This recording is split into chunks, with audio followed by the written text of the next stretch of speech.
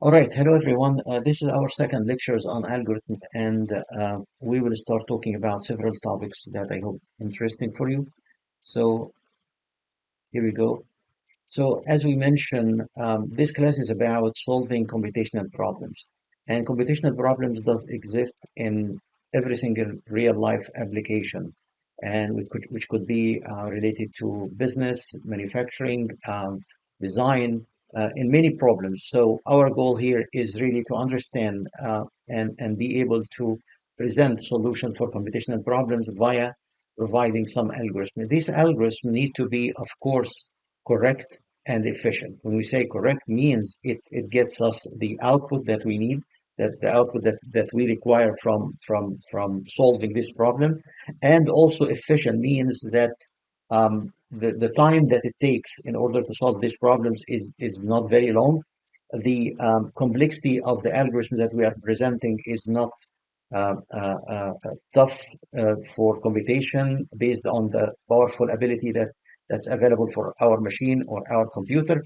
And of course, during the class, we will communicate what we are doing and what we are implementing. And I hope that the discussion and also the presentation of each individual of you will be inheriting the class outcome.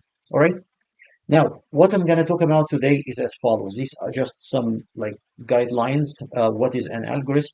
And then what is the algorithm from the perspective of problem solving? When we are solving a problems, how we deal with the problem, and then how we end up needing for developing an algorithm. Understanding the problems is very important because if we understand the problem, we can decompose the problem to a number of sub-problems, and each sub-problem could have a sort of like an algorithm or a technique to solve it. And also, we need to make sure that we have the adequate computational capability for our devices, and that the algorithm that we are developing is suitable for the machine that we are utilizing to solve the problem. Okay. And of course, there is one interesting thing about if the exact solution or the approximate solution, which one we can, compromise. I mean, sometimes when we would like to get an exact solution for a problem that in reality, this is cost-wise is so expensive. Okay, so sometimes we can accept some approximate solution for the problem, and it does not really make us lose lots of details or lots of complexity about the problem, but it really helps to simplify the goal of reaching some idea or getting some idea about the problem complexity and the time required for this problem. And of course, there are many techniques to design an algorithm. We will try to talk about some of these techniques, and then we'll talk about some of these methods. And of course, after that, we need to make sure that after we develop the algorithm, that this algorithm is correct. So we would like to see some examples about the correcting the algorithm, and then we need to analyze the algorithm. Analyzing here we means by analyzing is seeing how is the order of complexity regarding the time complexity and how this complexity can increase the time of calculation and so on. And of course, at the end of the day, we need to do some coding. And during this class, what we're going to do is after we select some algorithm to solve a problem, we will try first to understand the problem, the input, the output, exactly the design. Either we can do it using a pseudocode or a flowchart, and then we will start to implement it using Python and Colab. All right. Okay. So let's read these statements and try to understand something out of it. Normally, we would like to solve the problems. To solve a problem, we do not really solve the problem just by our mind, or we can take this problem from our mind to a piece of paper, and then from a piece of paper, we can develop some mathematical formula or equation. And then after that, we need to convert this formula or equation to a computer program that we can design or implement in reality, so that when the variations of this problem for the input for this problem change, we still can get an answer. So we say a person well trained in computer science knows how to deal with algorithms, how to construct them, manipulate them, and understand them, analyze them. So construct, manipulate, and understand and analyze. That this is very important. Being able to build this. Normally there is some prerequisite for designing an algorithm. In many cases, if we talk about simple problems, we can still build a block diagram. We still can build a flow chart. We can build some sort of like pseudocode that can help us to understand more about the structure of the problem. Okay, and then we can do something to analyze a program simply. We can do something called tracing. And tracing means you find out all the variables that is in this program and what are the assigned values for these variables. And based on that, what will be the output in each phase of this program. It's like you calculate the output based on each line of code. So that's one way of analyzing the algorithm simply. Okay, and of course, we can study after that the complexity of the algorithm. So we say this knowledge is preparation for much more than writing a good computer program. It is a general purpose mental tool that will be a definite aid to the understanding of other subjects. So algorithm is, as we mentioned, is part of all that. Like when you do computer science, uh, you have many fields or tracks. So, for example, if you are developing a learning algorithm to train a neural network, or if you are building a model to forecast or predict a stock market, if you would like to develop a solution for a travel salesperson problem, if you would like to solve a sorting problem, like sorting an array, if you'd like to find the maximum or the minimum of a function, an optimization function, that this is all the areas that can come come in need for designing an algorithm. So we say the reason for this may be to understand the follow to be understood in the following way. It has been often said that a person does not really understand something until after teaching it to someone else, which is very interesting. So this means that you guys can talk together, and maybe someone can explain to someone. So doing some sort of tutorial or tutoring, that will definitely help. Actually, a person does not really understand something until after teaching it to a computer or to another person. Okay, it's fine. So expressing it as an algorithm. So that's the way, because when you write this down as an algorithm, or when you teach it for somebody else, you need to make sure that it works. So you need to show some examples, and these examples are ahead of time the answer for this example, right, or the solution for this example. So you have some sort of verification and validation for the answer that you are getting from the computer. All right. So that's algorithm. Now, why should we learn algorithms? Now, this is very important, is to understand when you study a subject, why this subject is important. So we say learning algorithms are essentially because they form the backbone of problem solving in computer science and many other fields. So learning algorithms is very important. So when you, as I mentioned, when you learn algorithm, you know how to describe the problem in a formula that can be converted to a computer program and then can be executed, and you get the solution for that problem. Also, it says that algorithm provides systematic method for processing data. Of course, when you have a program, and this program has an algorithm, so you should have an input, you should have an output, and in the middle there is a process. This process actually help you to do some decision making. And some algorithm could be something like uh, like expert system algorithm, which comes in a form of if-then rule. Okay, now you need to make sure that the algorithm written by this expert system is reasonably adequate to solve the problem.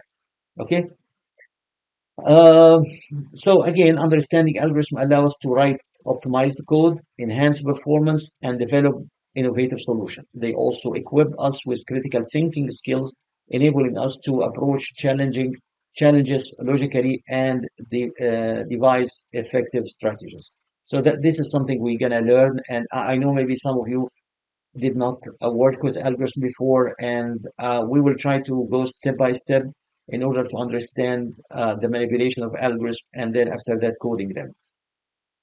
And of course, it has diversity of application, algorithm like in artificial intelligence, data science, machine learning, security, all these are area where algorithm is necessary and important. Now, the question is, what is an algorithm? What is the definition of an algorithm? So an algorithm is in fact a set of step-by-step instruction. So we provide the computer with instructions one at a time, so the computer can execute it. Okay, and this instruction describe how to perform a task. Okay, now let's say, for example, I would like to go from a starting point to an end point. Okay, and in the middle there is like I would like to take a bus, and this bus will take me from where I am to another place, right? So there should be a step. So maybe I have to take the bus to a certain station and then stop and take another bus to another station and so on. So I have sequence of activity or sequence of instructions I need to execute one after the other. This is very important. This is the most of the algorithms are sequential like this way, one after the other, such that I can reach my goal or achieve my objective. Let's say you have an array, and this array has number of values, and you would like to get the sum of the elements in the array. So what you should do in this case, you need to take the first element and add the second element to it, and add the third element to it, and add the fourth element to it, and add to the n element to it. Okay? So you need to have some sort of instruction. Of course, at a certain moment of time, you could have a for loop, and this for loop will do this type of activity, right? So you can save all the values, you can sum all the values and put it on the first element, or you can create another temp variable and put the result of the summation of on it. So that's a simple example. So the algorithm always need an input, and this input actually has a great role in defining the complexity of the algorithm or the complexity of the problem that we are handling. So the dimension of the input is very important for the algorithm. Okay, and then we get the out. Let's say, for example, you are trying to find the best or the highest element or the minimum element in an array, and this array has 10 elements.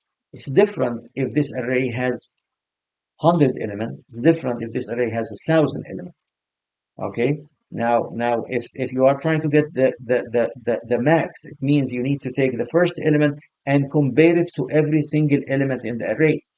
So when the number grows, when the number of input grows, so the complexity of the algorithm will grow, and the time that it needs will also grow. All right. So the algorithm is actually is the one that we take that we design based on the knowledge and experience of the problem, and then we convert the algorithm to a computer program that can be executed.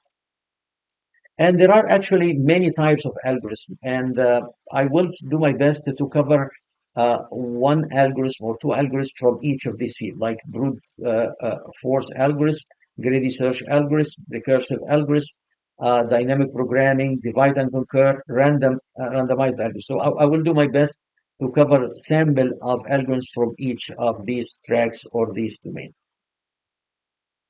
Now, the question is, how do algorithms work? So algorithms work by the following, by following a set of instructions or rule to complete a task or solve a problem. They can be expressed as natural language programming or programming language, pseudocode, flowchart, and control tables. Okay, an algorithm is always a recipe that tells a computer how to solve a problem. So I will try to scratch on the pseudocode and flowchart just to remind you, or if you did not have the experience about this type of diagrams. This helps us to understand more about the code, the algorithm creation. So we say algorithms are fundamental to computer science and are used to process data, perform calculation. As you can see here, algorithms, there are number of related uh, uh, uh, uh, activity related to algorithms. So you need to design the algorithm. You need to implement the algorithm. You need to experiment with the algorithm, and you need to analyze the algorithm. So these are like nodes that is, if the algorithm is the parent of a tree, so these are nodes that we need to understand about the algorithm.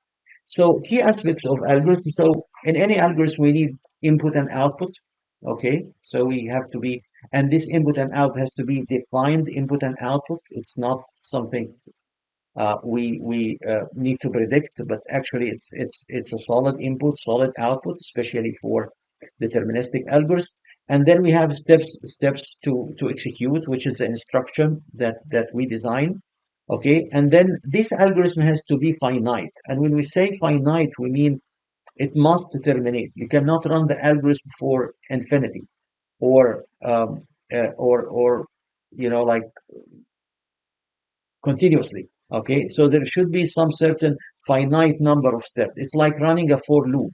So you need to have when should you start the loop, what is the index of the start element of the loop, and what is the end of the loop. And it has to be efficient. And when we talk about efficiency, that's something very, very important. And we're going to spend some adequate amount of time trying to understand, which is how fast these algorithms are, okay, which is called time complexity. And the other thing is what we call as a space complexity. And space complexity is actually how much memory do they need. So for example, if you have an algorithm that in every single loop need a temp array, that's going to be like horrible, right?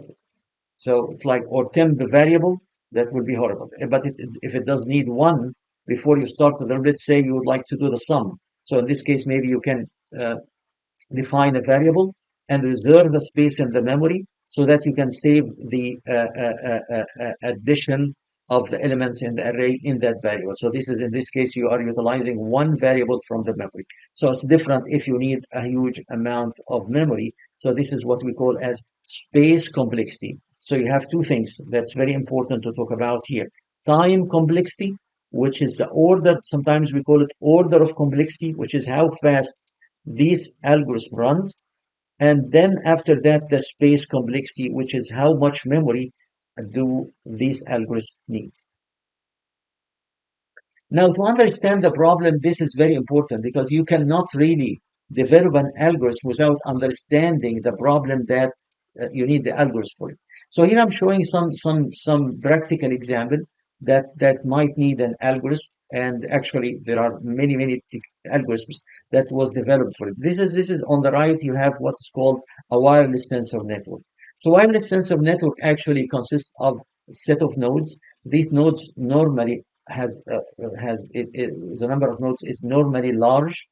Okay, so you talk about 100, 500, 1000, whatever, and then you always have a central a unit which coordinate, send and receive the data from the different node, and which we call as a control center, and the end node are always called member node. And we used, in order to manage the operation of the wireless sensor network, we used to have something called the cluster head. So now this cluster head is responsible for communicating the data from different member nodes to the center, to the control center. All right. And the problem here is that with more traffic coming to the cluster head, their battery or their energy might deplete and might go out. All right. So this might, after some time, this cluster head might die. Okay. So we have many solutions to this problem. Either we can elect one of the member node to become a cluster head, or have these nodes connected and communicated with the nearest cluster head. Okay, so these are one of the problems in communication on the wireless sensor network. So we need to write an algorithm actually that can manage the operation of these type of network. All right.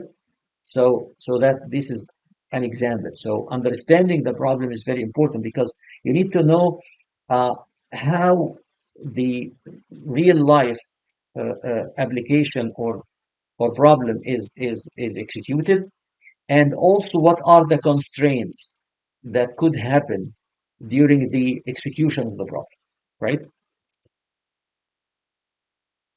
The computational facility, of course, nowadays we have now cloud, and we started to move from computing or doing computation on our machine to the cloud. You have Amazon, you have Google, you have all these kind of companies that provide cloud for calculation or computation.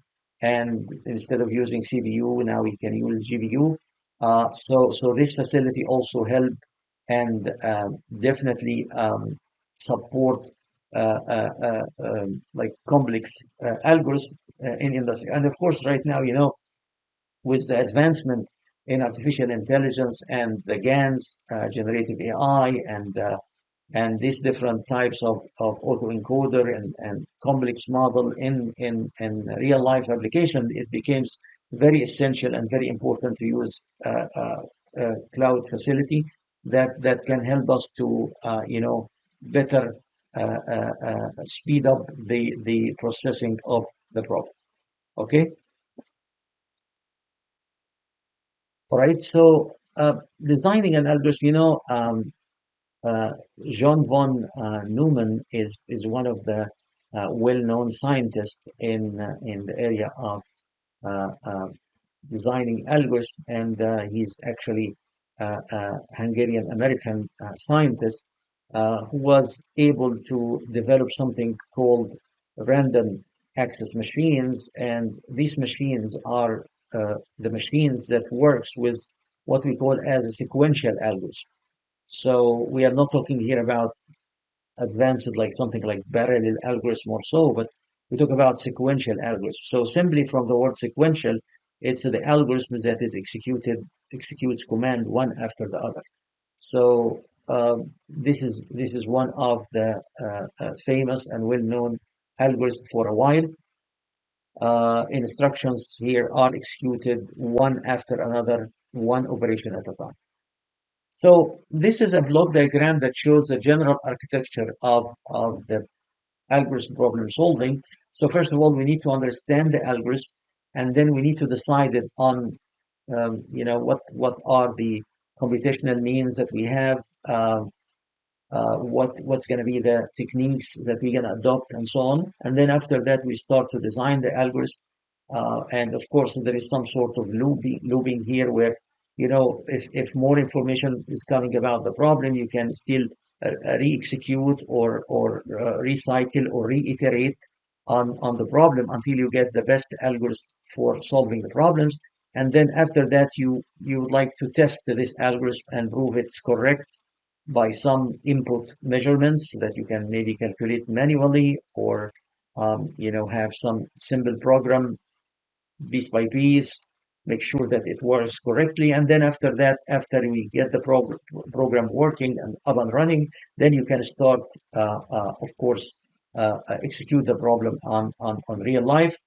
And of course, you need to analyze this algorithm and make sure that, because it's not only the correctness of the algorithm. Yes, the algorithm could be correct, but maybe it makes the computer like die, sleep for a long time before it gets an answer. So in this case, you need to have this program also to be efficient. Means like it can make the calculation in less time. You can develop an algorithm that can have order of complexity like n squared, or 2 to the power n, or you can make it to the log n, for example, complexity. And we're going to talk about this in details. And after that, of course, you code that algorithm. Of course, nowadays there is parallel machine, and this is one of the subjects which I mentioned that you can adopt for a class project. In parallel machine, actually, you instead of having dealing with the problem as a whole, you can decompose the problem to a number of sub problems and execute it one after the other with several processors. So if in this case your computer need to maintain a certain number of processors so you can adapt to this. As I mentioned, an example, which is a very famous example, which is parallel genetic algorithm. So in genetic algorithms, this is one of the evolutionary computation techniques where you have something called random search. We have a population of solution.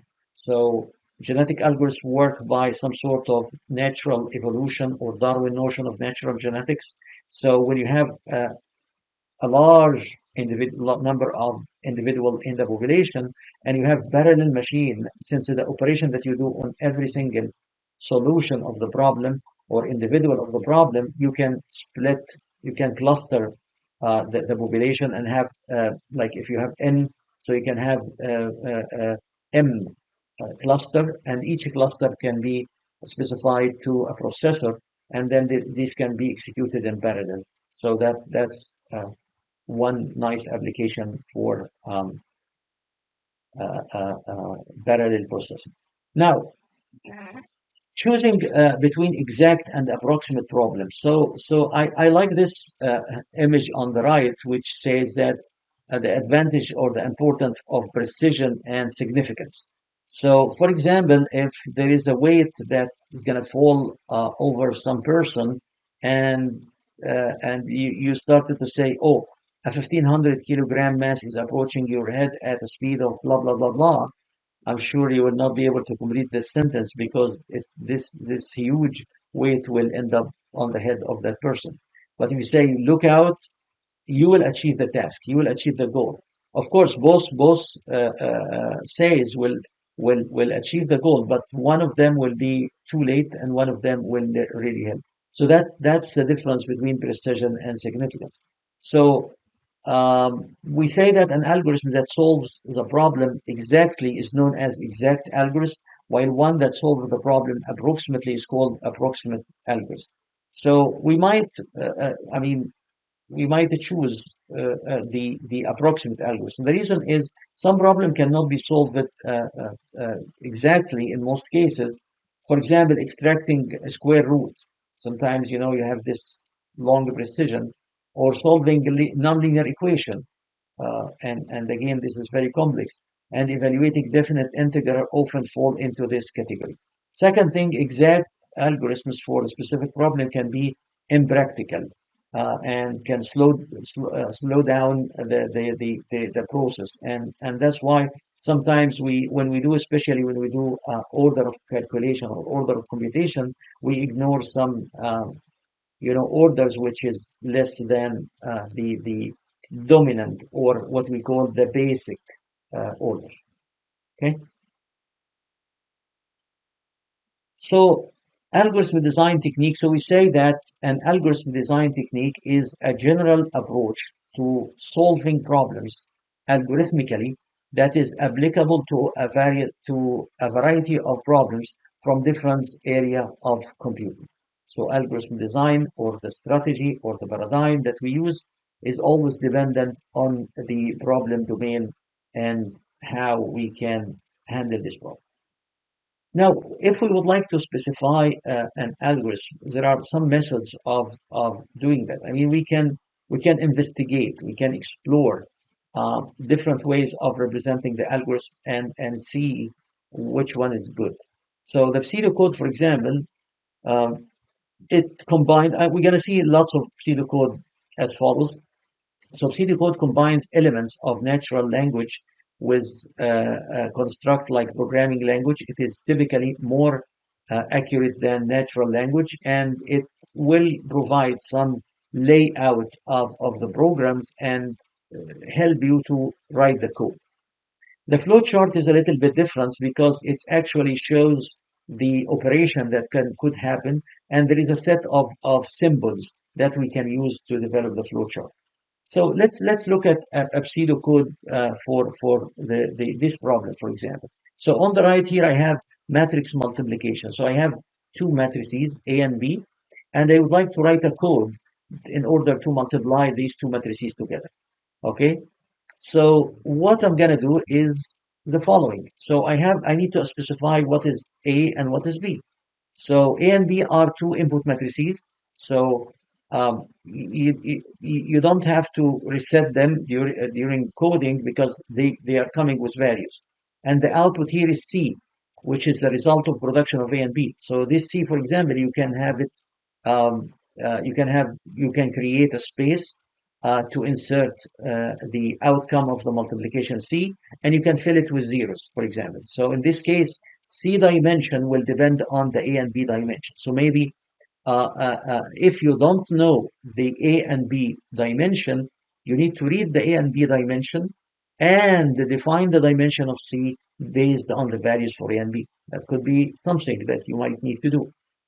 Assume A is of size here. We did some assumptions. Okay, you can assume also that A is of size m times n and B of size n times B. Of course, the size, the second size should be the same. So m times n. The second matrix should be n times something else. All right, or if all of them are n times n, that's fine, of course. So, uh, so M is the number of rows in A, and N is the number of columns in A, and rows in B, and B is the number of columns in B. So that you need to make this definition inside the code. Now, after that, we need to initialize the matrix C. Okay, as I mentioned, make it zeros, for example, based on what? So the C will have a dimension of what? M times B. That will be the dimension of C. Let me just use the arrow here, pointer. Okay, here is the laser pointer. So we have here the size will be m times b because this is m times n times nb, so the outcome will be m times b. Now, after that, we would like to perform the multiplication. So, in the multiplication, you need to multiply if this is A, so you need to multiply the rows of A times the column of B and then add. Then this is the same row times the second column and then add. And then this row times the third one and then add if it's 3. So here we're going to have 3 for loop actually. Okay, so the first one is from for I from I equal 1 to m, okay, which is this number of rows, and then from j equal 1 to b, which is the number of columns, and then we're gonna initialize the value for c, and then from k from 1 to n, we were gonna do this calculation. So we're gonna multiply a times b, and then we add this value here and then end this loop. So we say that this algorithm takes two matrices A and B and returns C. Initialization, it is important to initialize C by zeros, and the size of C is determined by the number of rows in A and the number of columns in B. And then the matrix multiplication, it calculates each element of C by iterating through the rows of A and so on. So this pseudocode simply shows the multiplication for two matrices. So this is an example of a pseudocode. And for the flow diagram, actually, these are some of the symbols. So this is a process. This is rectangle is a process, and then this is input. So it means here, for example, this should be like input or reading. And then we have a decision. This is if you have if statement, and this is a connector if you end up at a certain point and you would like to start. So this is if you have a long block diagram flow chart, you can start from the top, and then this is a predefined process as a procedure or a subroutine, and this is a termination, and these arrows are utilized here. So that's something we need. Okay.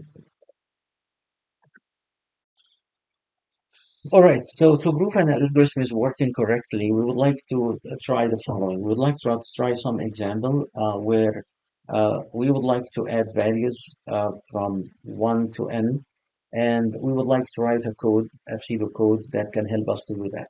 So as you can see on the left here, what I'm going to do is I'm going to show I'm going to initialize some array or some variable, I'm sorry, I call it sum, and I will put a value of 0 on it. And then I'm going to loop from 1 to n. So this means that I have values from 1, 2, 3, 4 up to n. And then I'm going to add these values one after the other. That's it simply. Okay, and here is the code. I need to write the input. Usually when I write the pseudocode, I write the input for the algorithm. And this is an integer n, and then I'm gonna produce the output, which is a sum. This is what I'm gonna return, and I'm initializing the sum. So this is the only place I'm reserving for, in the memory. So if I talk about space complexity in the memory, I only have one variable here, which is a sum that is saved in memory. And then I have a loop here, and this loop will basically calculate the value or add every time it adds a value of I to the sum and so on. Okay, so if I would like to trace this program, simply tracing means like I'm gonna see the status of every single variable in the program. So the first variable in the program is a sum, so it will equal to the value of 0. Then I have the variable or the index I equal to 1. And then I'm gonna do what? I'm gonna do the sum equals sum plus 1. So the value for sum was initially 0 plus 1, it will become 1. And then I'm gonna add to the sum a value of 2. So the value of sum was 1, then plus 2 will be 3. And so on. I'm gonna loop through this for loop. And finally, I will produce that as if I, the maximum value of I is 5 based on n. So in this case, the result will be 15. If I did the calculation by hand, I will get the same answer. So this shows the correctness or verify the correctness of the algorithm which I'm producing here. All right. Now, one very important thing here is the analysis of the algorithm. So we usually want our algorithm to possess several qualification or quantities or qualities, which is after the correctness, the efficiency. And efficiency means like I need to care about the time efficiency and the space efficiency. If we talk about a little bit about the time efficiency, it means how much time this program will take in execution. I don't mean here by the number of minutes or the number of seconds that it takes, but I'm talking about a relationship or an order. How the order of the algorithm grows or become more complex if the number n or the number of inputs increases. So if the input is 10 or is 100 or 1000, that's totally going to be a different story because every time n increase, the complexity of the algorithm or the time complexity will grow up.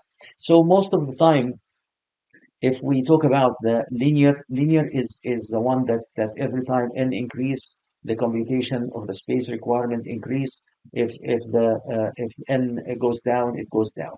Normally, we prefer the logarithmic order of computation because logarithmic is much more is much less than the order n.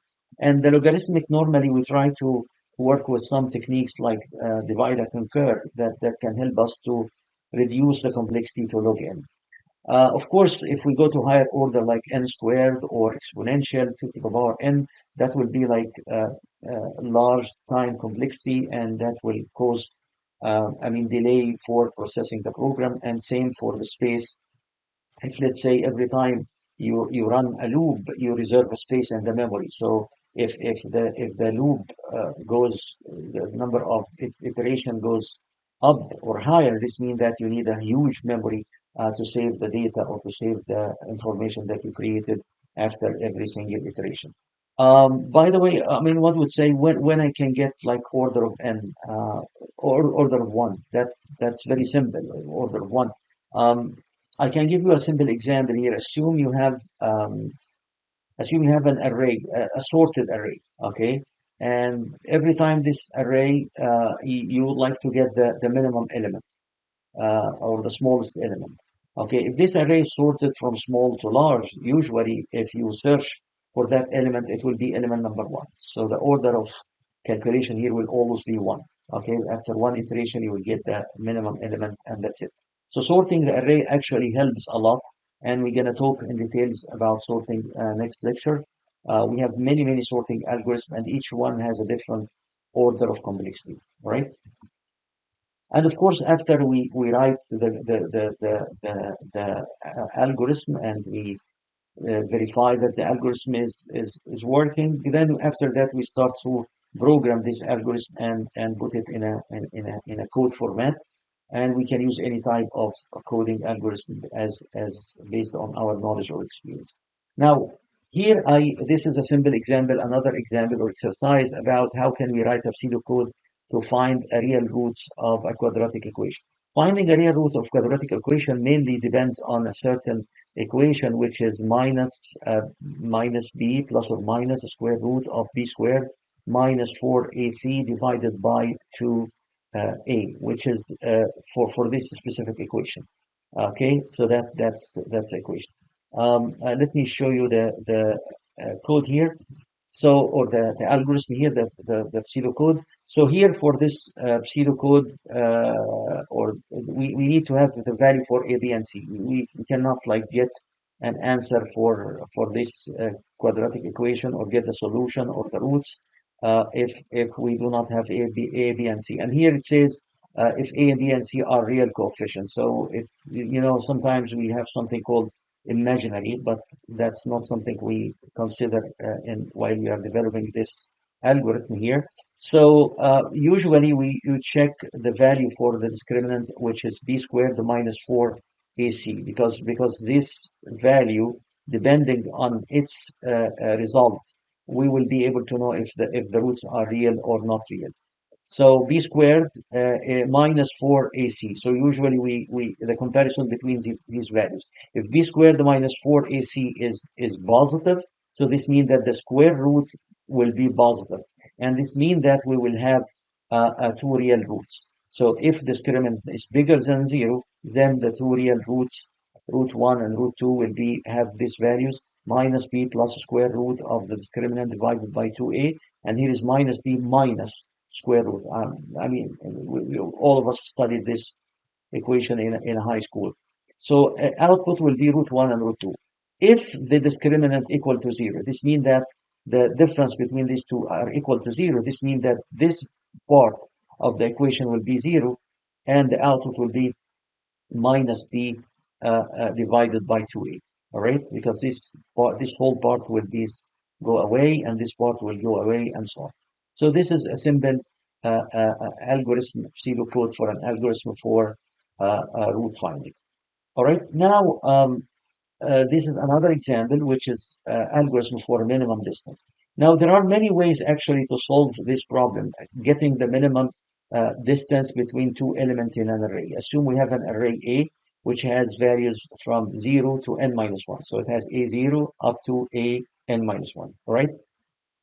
Of course, I'm going to give you the values of the elements in this array so you can make a comparison. Minimum distance means that you need to compare every single two pair in the array and make sure that the distance, and the distance we measure it as the difference between the two elements, absolute value of this distance. So we don't really care about the negative sign. So we talk about the difference between both of them. What is the difference? Assuming, of course, we have a positive numbers in this array. Okay, so I need to compare every two elements in the array. So I'm going to take the first element and compare it with the second element, third element, fourth element, and so on. And then I'm going to take the second element and compare it with the first element, third element, and fourth element, and so on. I'm going to take the third element, compare it with the first element, second element, and then fourth element, and so on. So we're going to make a comparison. So in order to do that, I'm going to do a for loop, and this is a simple for loop. I'm not saying this is the optimal code for this, but this code can be improved, and we're going to talk about how can we improve it step by step. So here I have a for loop from I equals 0 to n minus 1. I'm going to do a process again from j equals 0 to n minus 1. So I'm looping on the array twice. Okay. So this means if I talk about the order of complexity here, I believe I can prove that it is n squared. And if I does not equal j, so of course I'm not going to make a comparison between the element and itself. I'm going to compare ai minus aj and take the node. And if it is the difference is less than the d minimum, which is the minimum distance, then I will put d minimum as the value for that difference. By the way, here I define the d minimum as infinite or as infinity. But of course, we don't have infinity. But when I program this, I need to make it a large value, a large number. Okay, because someone would say, can I put it as 0? No, we cannot put it as 0 because 0 is actually maybe the minimum value would be 0 if it is a minimum. So in this case, every time you make a comparison, the only case that will give you a 0 is when there are two repeated elements in the array. But of course, here we are having some assumption that all the elements are different. There is no repeated elements. Okay. Of course, there could be many constraints and many assumptions, but we are taking the simple case here. All right, so if I would like to do that, this is an example for tracing the program. So I will consider that array A, let's say, has four elements, 3, 8, 15, and 17. If I look at this simply before I do the tracing, what I'm going to do, I'm going to compare 3 with 8. This will give me 5. 3 with 15, this will give me 12. 3 with 17, this will give me 14. All right. So from this phase, I can say 3 with 5, 3 with 8 is 5. The difference, the minimum in this phase or in this iteration. So here you see for I equals 0, I'm comparing with 1, 2, 3, the values A of j. So that give me d, which is 5. The minimum is 5. So that will be the first iteration, and I got the minimum element is 5. Now, in the next iteration, I'm going to compare 3 with 8. This will give me 5 again. 8 with 3. This will give me 5. Then 8 with 15. This will give me 7. 8 minus 17. This will give me what? This will give me 9. Okay, 9. So none of these values, 5, 7, and 9, is less than 5. So 5 will stay as is in the daemon. The next one, I'm going to compare 15 minus 3 and take the norm. So this will be 12. 15, this will be 7. 15 minus 17, this will be 2. All right, so I got a new value here, which is 2. So 2 will replace 5. And then if I did the same thing for 17, so this one, subtract, and then again, this will be 2, so there will be no update. All right, so this is the simple coding. One would say, okay, why you are repeating the computation? I mean, like why you are putting, after you compare 3 with 8, why you again compare 8 with 3? Yeah, we can actually uh, uh, uh, ignore this comparison. That's true. But can you tell me how can we improve it here? I will hold on for 5 seconds. So you tell me how can, if your suggestion is I'm repeating the computation or the differentiation or the calculation between 3 and 8, how can I improve this code so I avoid repetition? Hmm. Okay, let me help you now. So if you got it, that's wonderful. That's great. Now, if I put j here, start from I. Okay, if I put j here, start from I. So what's going to happen? If I is 0 and j is 0, okay? All right, so if this is 0 and 0, of course I'm going to ignore 0 and 0, and I'm going to start from what? Or I can make this I plus 1. I can start from I plus 1, not I, right? I can make this I plus 1. So if this is 0, this will be 1, right? So it will be, this is 0, this will be like 1, 2, and 3, right? Correct? Now, if I become 1, so I should consider 2 and 3. If I become 2, I should consider 3. If I become 3, that will be the end of the loop. You got that? So that could be one way to improve this code. Yes? Of course, there's going to be some order of computation calculation. I can show it to you later on, or I can show it to you offline. That's possible. All right. Now let's move to another example. Another improvement actually for this code. What if this array that we are trying to find the minimum distance is sorted? If this array is sorted, this means what? If this array is sorted, like here, for example, here, this array is actually sorted, right? This array is sorted. So the minimum element is here and the maximum element is here, right? So if the array is sorted, that might save us some time. As we said, if you make a comparison between this one and this one, and then this one and this one, and then this one and this one, so that actually will reduce the computational complexity. But of course, we need to realize something that sorting the array itself will have a cost. It's not free, right? So sorting the array itself will need some order of computation. Okay, there are many sorting algorithms in the literature, like bubble sort, like incremental sort, like, there are many sort algorithms, but sorting algorithm also goes either O to the power n, O to the power n squared, O to the power log, or order of computation of log. So that's going to be something we're going to talk about it in details. And then after that, we have the order of calculating the distance after that. So this will be from I equals 0 to n minus 2. Now, in this case, actually, what's going to happen? The order here will be different. Why? Because if this array is already sorted, look here, this array is already sorted.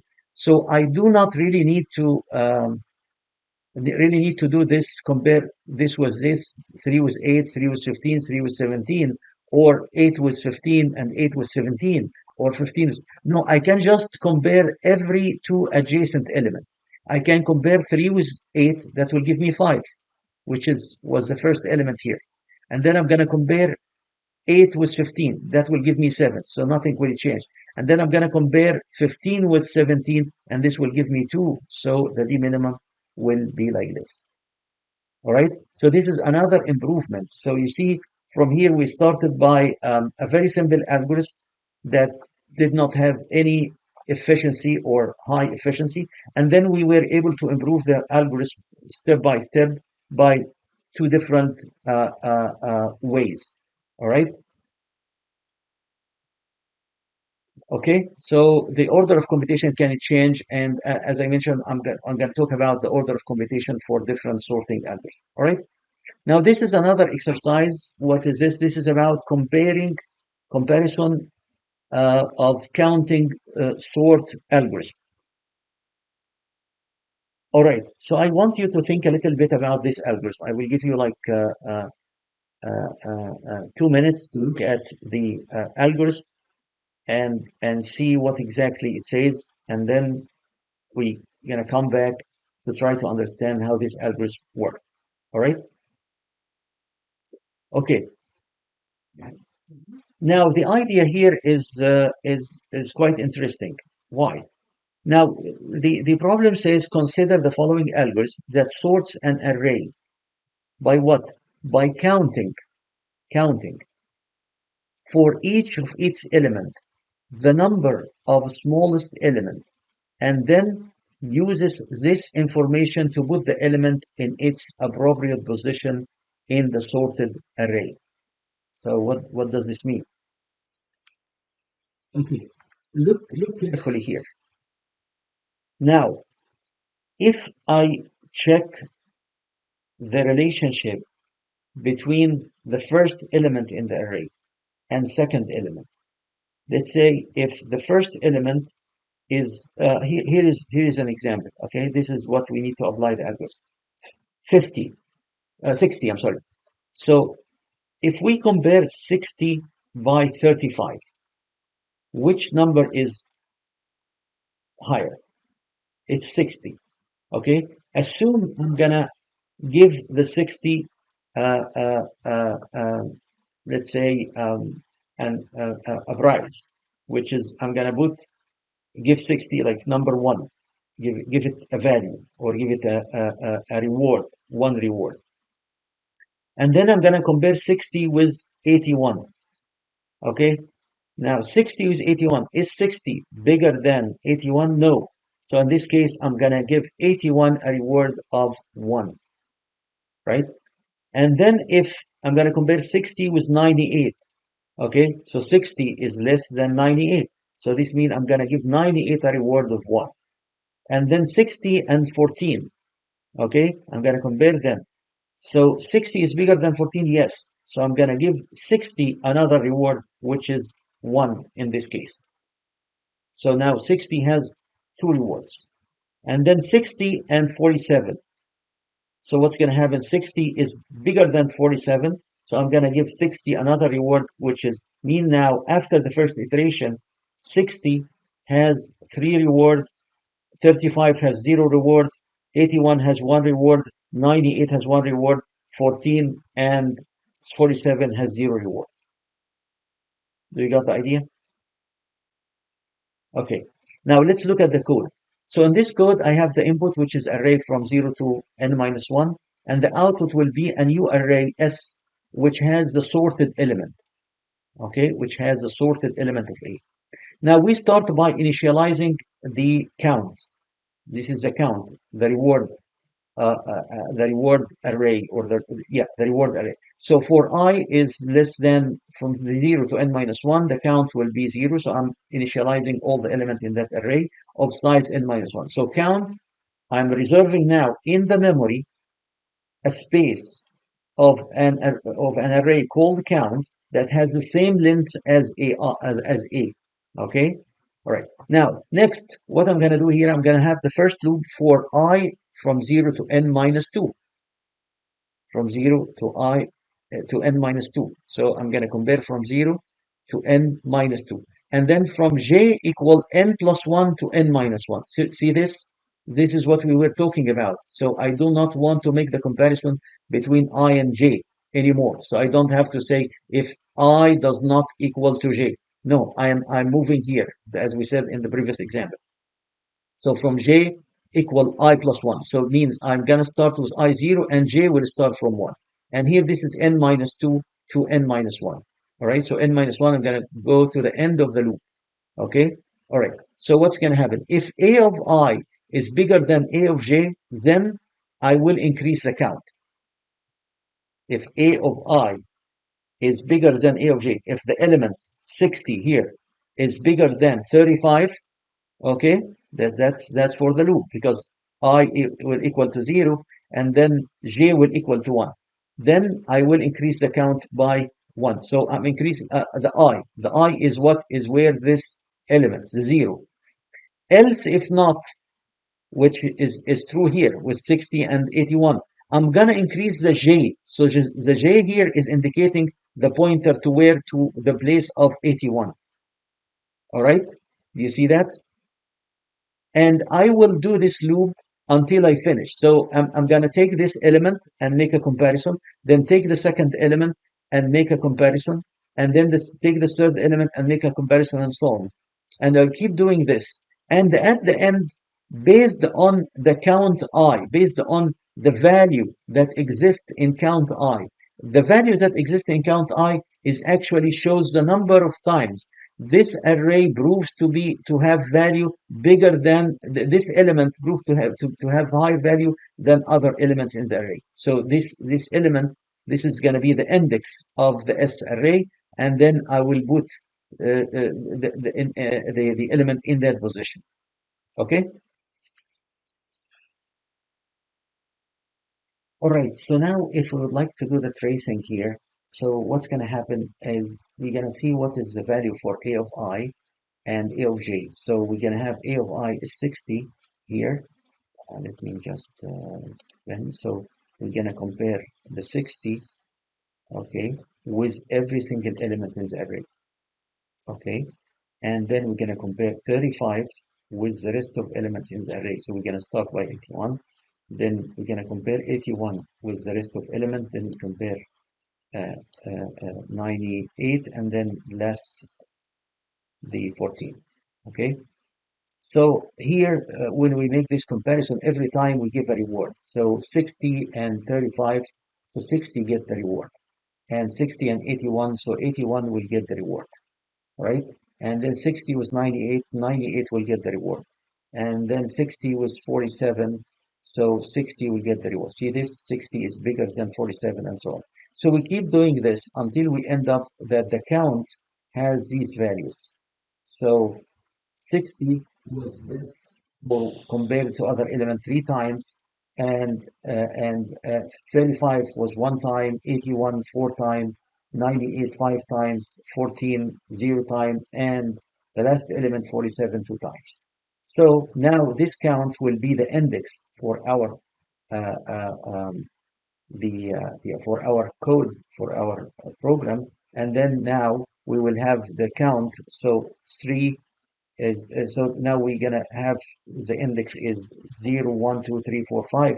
So now the index of the first element is, so index of the first element is 0. So in A, 0 was 14, And then the second, so this is 0. So 0 in this case is 14. See this? So this will be A of, I need to get A of 0, right? So A of 0 is going to be corresponding to 14. And then A of 1 will be corresponding to 35. A of 2, so this is going to be like, this is going to be S. Actually, it will be S for count of I. Okay, all right.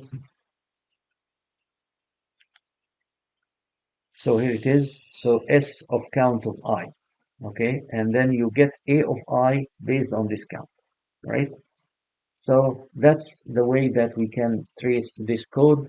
And now we already did a sorting problem without using any sorting algorithm. It was simply by counting, right? So here we did n calculation, then n minus 1, then n minus 2, then n minus 3, then up to 1. So that's going to be the total number of calculation or time complexity. Now, problem with this sorting algorithm, this is a question, is this algorithm stable or not? So, so when we say that it's not stable, it means we already considered a case where every element is different from the other elements in the array. What if we have two elements? Okay, two elements in the array have the same value. So every time we make a comparison, the number of rewards will be distributed between these two numbers. So that will not be stable. So in this case, we need to clean up the array such that there is no kind of repetition. All right. Now the other question, is it in place? So this algorithm is not in place because it requires an additional array S to store the sorted value, which is different from the array A. So the space of complexity here is O to the power n due to this additional storage requirement, right? So is it possible to sort the array with the same structure of A? Yes, this is something we're gonna learn how to do it, okay, by something called swapping. So we're gonna swap the elements in the array one after the other. All right. One more important, idea that we need to understand, or you can call it attribute that we need to understand, is every time we try to solve one of these problems and develop an algorithm, there might be some sort of a criteria that we need to fulfill. At this point, I need to explain something. Assume you have a function, okay, and this function is actually a representation of a real world problem. Okay, like we try to solve to get the roots for a mathematical equation of order 2.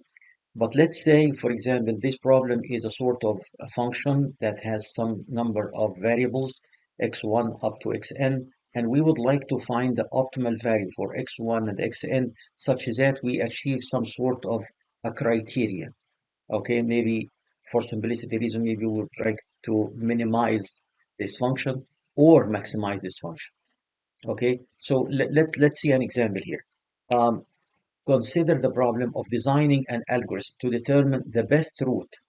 The best route, by the way, the best is very important because it's an indication that the route that we're gonna find must be the best out of all possible routes. Okay, it's not a route, it's the best route. For a subway passenger to take from one destination station to another in a well-developed subway system, such as in Washington, D.C. or London. Okay, now, can we come up with some idea or some criteria that we can measure the best route? One would say, okay, the best route is the route that really that minimize the time of traveling. One could say the best route is the minimum cost for that route. One would say the best route is the route that does not have many transfer. Okay, so there could be several best route based on the criteria that the designer of the algorithm is adopting. And now let's see some of these uh, uh, ideas. Okay, so here it is. So shortest travel time, in this case, the route that minimizes the total travel time, including time spent traveling between stations and any time of waiting at transfer points, is all counted and all considered while we make calculation for the best route. Okay. Another criteria could be, as I mentioned, fewest to transfer. So this will make the route more comfortable and more convenient for the passenger. So you don't have really to come down, wait, and from the train station or the bus or whatever, and then you don't have to transfer a lot between different transportation. Least crowded route. Maybe you would like to have a more comfortable journey, like maybe you should, for example, use an Uber or rent a car. Cost-effective route, the route that is really minimizes the cost of traveling. So from the design perspective, there could be different criteria, okay, that could fulfill the goal of the design. By the way, one would might ask the question, is it possible to have more than one criteria to achieve for the best route or as a solution for a problem? Yes. But in this case, the problem will move to another dimension, which is called multi-objective optimization. Okay. In some cases, sometimes we consider one objective and consider the other objective as a constraint for our solution. And then, of course, we're going to talk more in details about constraint when we move to linear programming, which is one of the subjects that we will plan to discuss here in this class. Okay. So I just want to, give you a perspective and about what is needed when we make a design for a problem and when we assess or evaluate an algorithm. So this is, for example, the travel salesperson problem. Travel salesperson problem is a problem simply where you have a travel salesman, and this salesman would need to travel or to traverse a set of cities, let's say N cities, such as that he does not stop at any city more than once and finish up the search by reaching to the home one more time.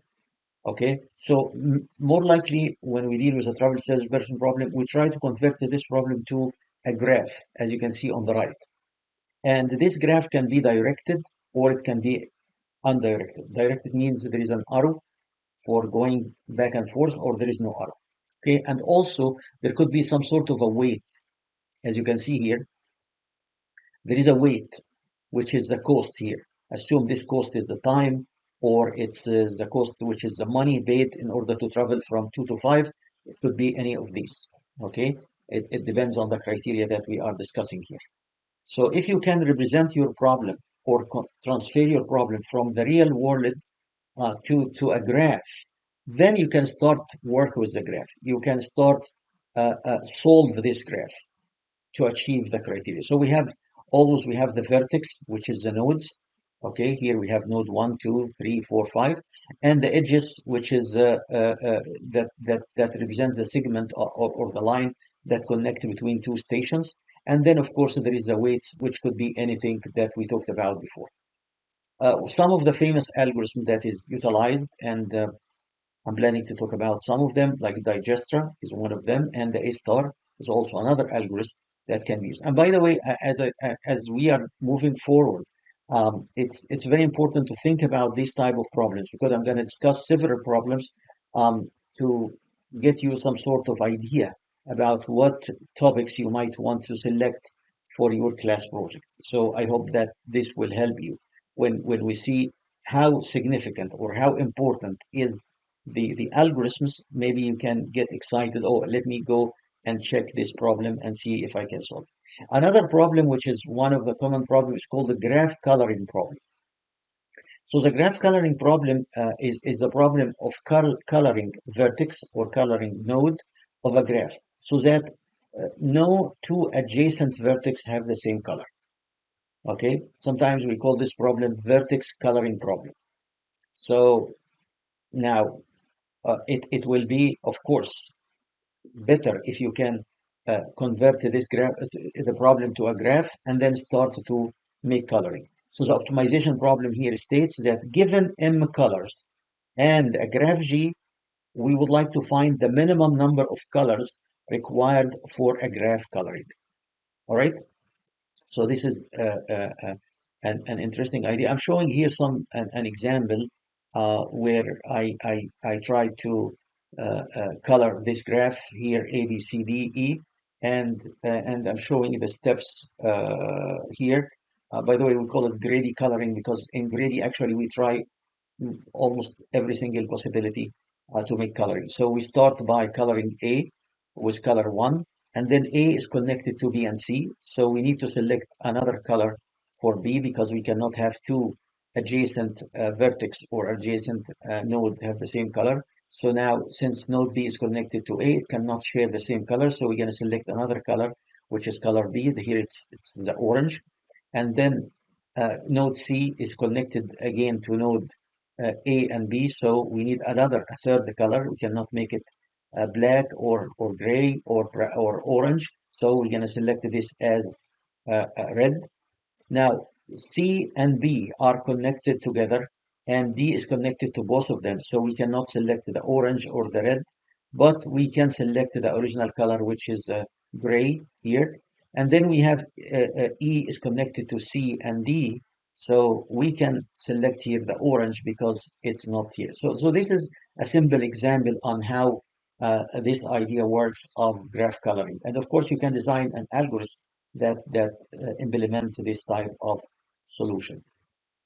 This is an exercise. I hope you can try this exercise and see how many color do we need uh, for uh, for coloring this. So we have A is connected. Now you need to convert actually this to a graph. So A is connected to B, C, and E, and then C is connected to B and D and F, and then D is connected to B and C, and then E is connected to C and F. So you need to build the graph and then start to make coloring. So I would like you to try this one and see how many color do we need for this coloring problem. Okay. Now, where can we utilize this graph coloring problem, or when we can see it? It's actually in timetabling. When we develop, for example, a scheduling for, let's say, activity uh, in Olympics or in timetable for classes. So we don't want to like students to be in two classes at the same time. Or same for the professor. We don't want to have like same classroom utilized at the same time and so on. And of course, one of the famous games is Sudoku and math coloring, and also for mobile frequency assignment. So these are some of the application that graph coloring can be utilized. Now, I would like to quickly talk about several algorithms that we can utilize in this course, and also, as I mentioned, some application of algorithms and how we can decide upon which idea we can select for our class project.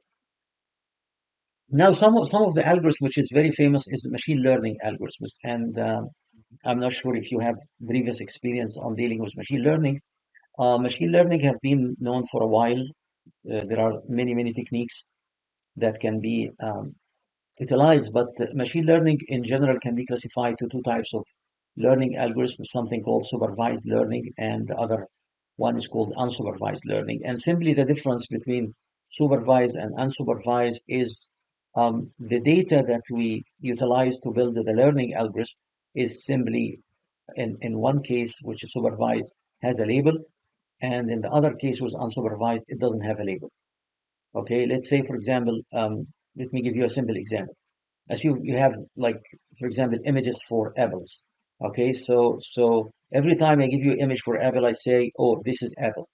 And I give you a banana image, you say, this is banana. I say orange, this is orange.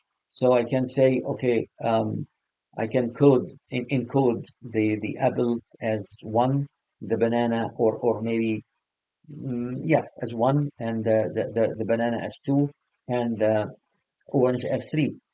Or sometimes we can make it like binary encoding, like maybe 0 1 1 0 1 1. That could be, or 0 0 0 1 1 1, or it depends on the number of classes. We call it classes that we have.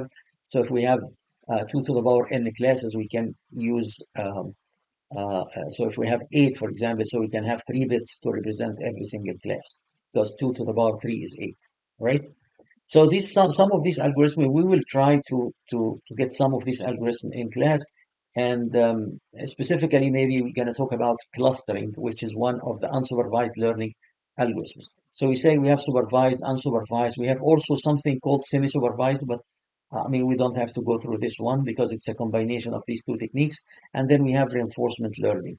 So this is a very open domain for algorithms, that learning algorithms, because most likely in this case we build the models and we try to utilize this model for prediction, forecasting, and classification.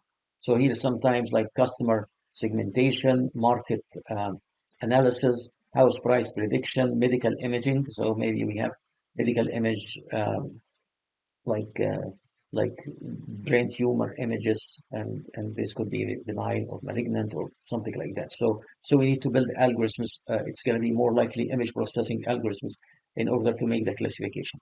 Okay. So in general, what is a computational problem? A computational problem is a task of computer that a computer can solve by applying mathematical steps such as algorithm. And computational problem can be complex if they require many resources, regardless of the algorithm used. So uh, these algorithms has, I mean, computation. So you could have decision making. Some of the very important problem that we have is decision making, like as I mentioned in if-then rules. Search problem. We're going to talk a little bit about meta-heuristic search algorithms, where we try to search for the optimal solution for a function, and in general optimization problem and counting problems, as we're going to see. So some of the available algorithms that we can be utilized are search algorithms or search engine. So simply, if you have like, I know a few of you is working with database. So and then this database can come with different characteristics, and we would like to search this database for a pattern, for example, or for an element or a series of elements, or it's more likely a pattern, and how many times this pattern occurs, or if we can represent our search in a form of a rule, how can we search and how can we optimize our search. So search engines is one of the very famous application for algorithms. Encryption and decryption, I'm not sure if you have had a chance to take any course in security. So of course you should have had a chance to speak with or talk about encryption and decryption techniques. This is, of course, needs algorithms, and nowadays there are very advanced encryption algorithms that we might or can pick up some of them and discuss in class project.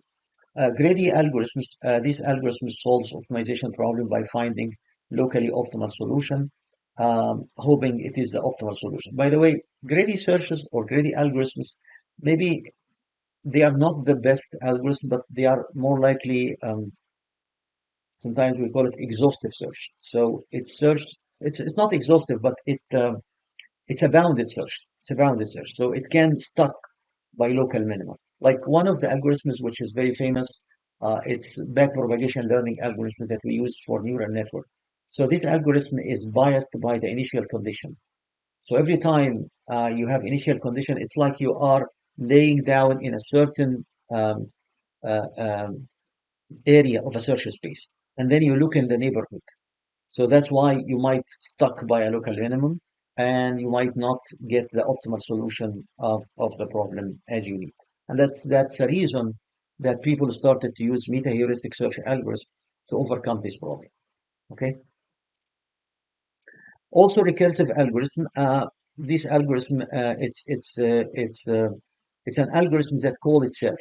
So you could have like certain operation, and this operation is repeated several times. So after you build the algorithm, you call this algorithm recursively so that you can solve it. One simple example of this is the factorial. When you calculate the factorial of a number, like factorial n. So let's say factorial 3. If you know that factorial 3 is 1 times 2 times 3. Factorial 4 is 1 times 2 times 3 times 4. Factorial 5, 1 times 2 times 3 times 4 times 5. So if you calculate factorial of 2, you can calculate factorial of 3. because the number that was getting from the first factorial calculation, which is 2, you just have to multiply 3 by that factorial. So this has some sort of recursion nature. And the backtracking algorithm, this algorithm always find a solution to a given problem using incremental approach and solve it one piece at a time. So maybe we will could have some examples on backtracking, but for now, it's a way of solve. It's like you are solving part of the problem and then integrate something like that. Now divide and conquer algorithm is one of the very famous techniques or methods or algorithms. Yeah, I believe it's a methodology or an approach that we can utilize for many problems in algorithms, like search a problem or sort a problem. Yes, in sort a problem, we will heavily use divide and conquer. And divide and conquer has very important advantage, which is it can help reduce the order of computation. Okay, it can definitely reduce the order of computation. So if you are searching for an element in an array, like maybe the largest element or so you can reduce the and you have order of computation of n squared, for example. So you can reduce this to order of log n. That's possible, and we're gonna see some examples possibly next lecture when we talk about the sort average. Brute force algorithm, we call it exhaustive search algorithm. And the reason is in brute search, you try every single possible solution until you get the best one. And this is really is quite difficult because if you have a huge surface space that's full of solutions, this means that you're going to try every single solution. So you need some ways to reduce the computational complexity for such an algorithm. Sorting algorithm, it's algorithms that help you to sort the numbers uh, in a way that achieve a certain criteria, maybe minimum from smaller to larger, ascending or descending orders. That's possible, or finding could be finding a certain key in in in um, in an algorithm in an array using sorting. That's also possible. Now, finally, is the randomized search algorithm, which is the algorithms that I was mentioning too, the meta heuristics, which include some genetic algorithm or particle swarm optimization or many or crew search algorithm. And I have some material on Teams for this type of algorithm.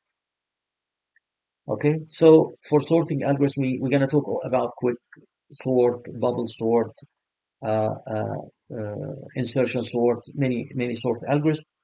And for search algorithms, we have the linear search and the binary search. This is also, and also for graph algorithm, Dijkstra is one of the very famous techniques that can solve or find like the best route or the minimum distance between 2 points in a space. And depth first also one of these algorithms. We're going to talk about depth first and breadth first as a graph search algorithm. Now, there is also one of the very interesting topics in algorithms is which is called dynamic programming. We have linear programming and we have dynamic programming. We will talk about linear programming, so it seems simpler a little bit, but in dynamic programming, actually, um, it's a way to solve problems by effectively finding the best solution via the following.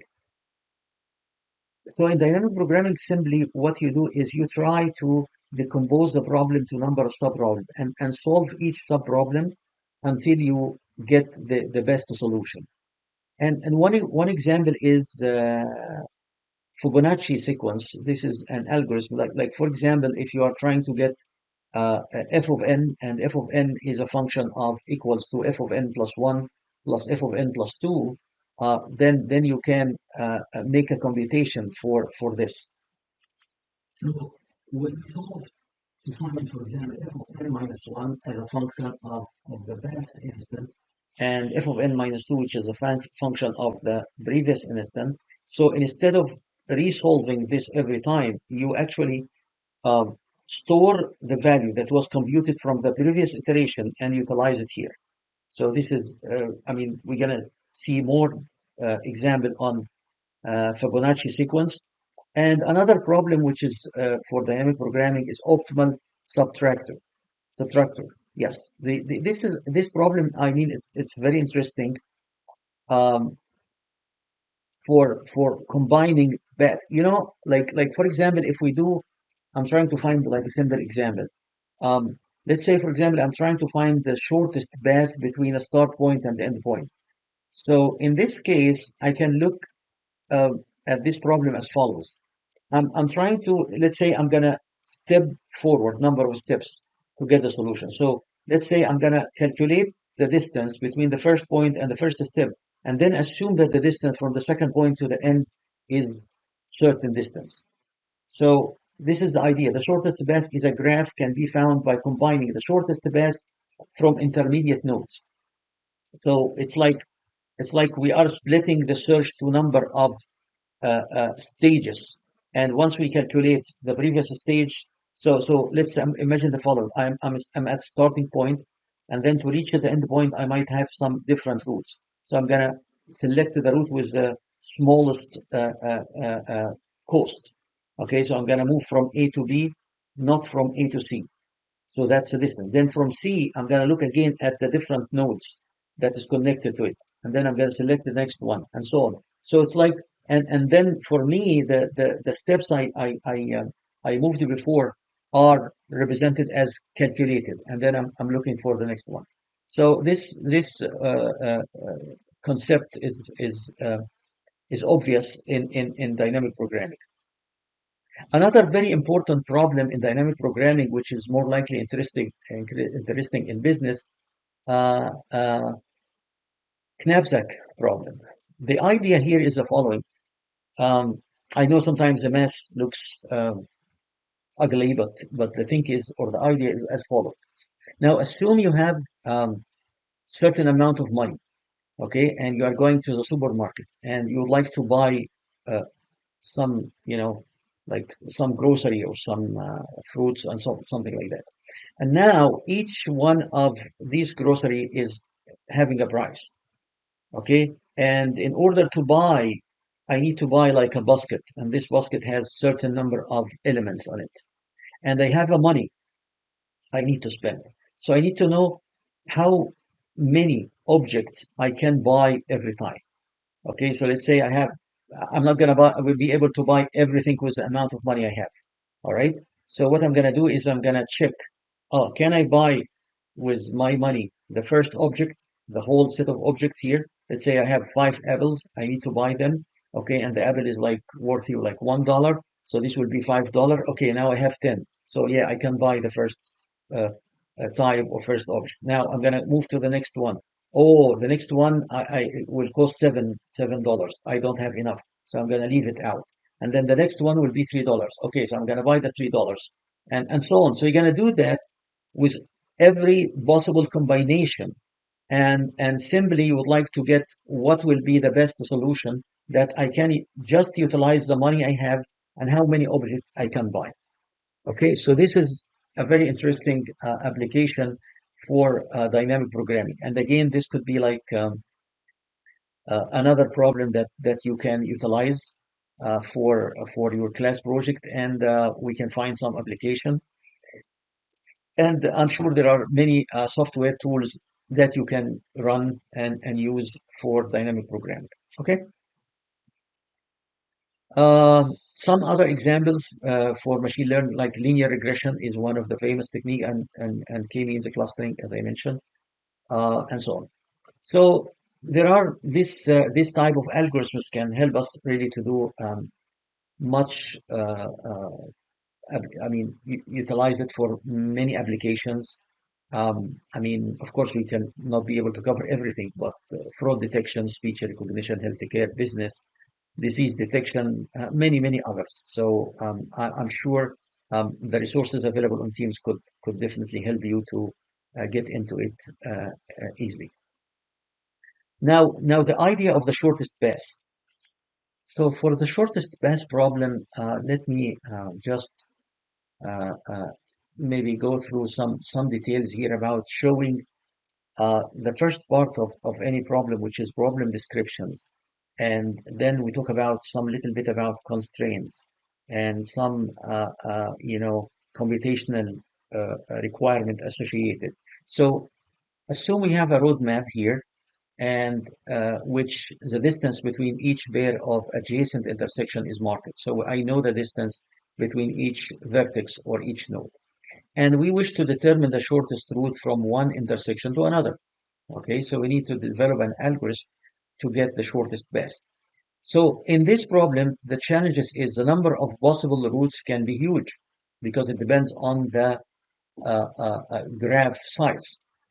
Even if you disallowed routes that cross over themselves or like intersect, how can we choose which one of possible route is the shortest? Okay, you can start by modeling the road, which is itself a model of the actual road as a graph, and then we can start think about. Okay, so that's it's similar to the graph design or coloring graph coloring problem and so on. So if I have a map like this, okay, and I would like to find the optimal route from a start point to an end point. So I see there is a route which I can come here and then go there and come here, or I can come here and this is the optimal one, or I can go straight like this and go to this one, or come here and so on, this one and this one and this one. So there are many, many routes that we can utilize for such an application, but every single route would have some sort of evaluation criteria, either the shortest distance, shortest time, minimum or most comfortable and so on. So I just wanted to point out here some items which is very important. For example, uh, there are some challenges here, including the graph size and the complexity. So if the graph size has millions and millions of nodes, that will be challenged. So n, the problem size here will be huge. So handling such a large database of possible solution effectively requires sophisticated algorithms and significant computational resources. That's something very obvious. Now, algorithm efficiency. Of course, the efficiency of the algorithm is very important. So some algorithms like Digestra and A star algorithm are very good, but the problem is they are slow. So with larger graph, these type of algorithms might take some considerable amount of time. And if we have a chance to talk about A star, you will find out that it's definitely a slow algorithm. Okay, I hope we can cover it, God willing. Again, dynamic changes. Dynamic changes, if let's say we're talking about the road traffic now. So if the weight of the road, which is let's say the congestion of the road, change as a function of time, now this will be a burden on the algorithm because the algorithm has always to check if there is a congestion in the road, or if there is any delay, or if there is any accident, or there is so the dynamic changes of the traffic is going to be a problem. That's another challenge. So are we talking about static solution or dynamic solution? Now, the resources, the memory and processing power can be considered a limitation of the algorithm. Okay, so which is related somehow to the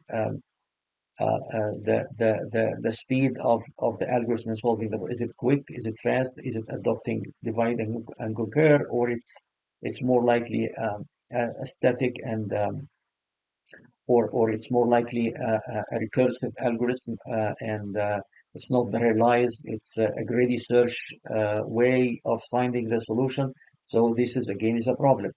Also, if as I mentioned, we could have multiple criteria. Like here, we could have the cost, the time, the reliability, the comfort of the solution. So if we have more than one criteria, again, this will be a burden on the algorithm. And the number of criteria the algorithm must satisfy will be larger and so on. What are the main challenges in solving shortest path? Also, some other constraints are scalability. So we need to make sure that the algorithm efficiency as the graph increase size is will work, right? Because maybe if the graph size increases and if I'm utilizing huge memory every time I'm searching, this might blow up the algorithm and make the computer not working or the processor not efficiently working. Accuracy and precision. Are we talking here about algorithm or optimal path without errors, or do we assume or do we allow little errors, like simple errors? Is it possible? Uh, Maybe. Again, if we are using parallel computing or parallel processing, as I mentioned, one of the algorithms that we can utilize in parallel is the genetic algorithm. So if you think like you can try to work with GA, understand it, and see how can you parallelize it, that could be like a nice class project, and then we can find some nice application to utilize these parallel algorithms. um, Special structure, if the graph has some, like, sometimes you could have like a loop for the same node, so that could be like, we call it cycle, or it's not. That's another thing. Sometimes we say, is it the solution is going to be approximate or heuristic? So we could have, for the same problem, like many solutions, and the margin between them is little. But if we use heuristic search, we might reach this optimal solution, or we can call it this time suboptimal solution, much quicker than using the approximate solution. As we mentioned before in the figure that we show, the exact and the approximate, right? So which one we will accept as a solution. So we say exact solution are sometimes invisible, approximation algorithm and heuristics can provide some solution which is acceptable at the end of the day. Part sorting problem is one of the problems that can also be presented and solved, and it's a mechanical design problem to list the parts that you're going to use or utilize one after the other. So this will lead actually to some sort of order of complexity, or factorial function, factorial n. That's one of the problems if you like to look at it. Again, clustering algorithm is one of the machine learning algorithms. Is how can we find? If you remember the first example I talked about, which is wireless sensor network. So if you would like to cluster the elements, here I'm showing some simple example. So you have the fruits, and we would like to cluster them. So the strawberry and the apple and green and red apples or something like that. So we see how can we cluster it based on some set of features. Okay, and if you look at the symbol clustering algorithm, which is called k-means algorithm, so this algorithm mainly measures the distance between the element in the space, and normally we use the Euclidean distance. So if you have an element lied on a position x1 and y1, and another one on x2 and y2. So we get the square root of x1 minus x2 squared plus y1 minus y2 squared. This will give me the distance between the element. And this way, I can measure the distance between each element in the space, and then cluster them or join them in a domain and say, oh, this is cluster 1 or cluster 2 or cluster 3. So the criteria of evaluating an algorithm is, first is the correctness. We need to make sure that the algorithm is correct, and we show some examples on how can we do tracing to make sure that was a simple example, and then we can of course try to code the problems and ensure that it works fine and great with large number of input. And also the time complexity. We say that there are several time complexity, like order of 1, order of log n, order of n, sometimes n log n, or order n squared. We're going to talk about this in details. Space complexity also, it's related to the amount of memory that is required to process a certain. All right. And next, the scalability is another criteria that based on it we evaluate.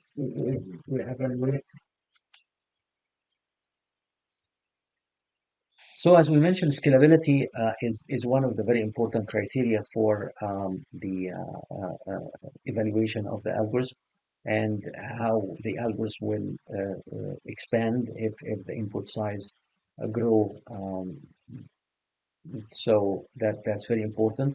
The robustness of algorithm is measured as, robustness is the system ability to maintain performance while there could be some error. How the algorithm is robust regarding unexpected errors. Can the algorithm, I mean, deal with some error? How big is going to be the outcome error if the algorithm has some, different from the input?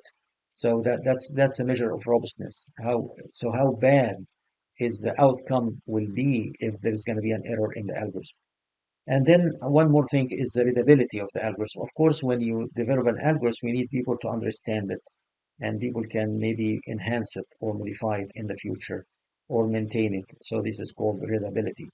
And of course, the flexibility means that this algorithm can, if it was used for certain application, it can be adapted for other application. So this type of criteria to evaluate an algorithm are very, very important for us as algorithm students. Okay. Um, Again, so it seems I repeated the scalability, resource utilization.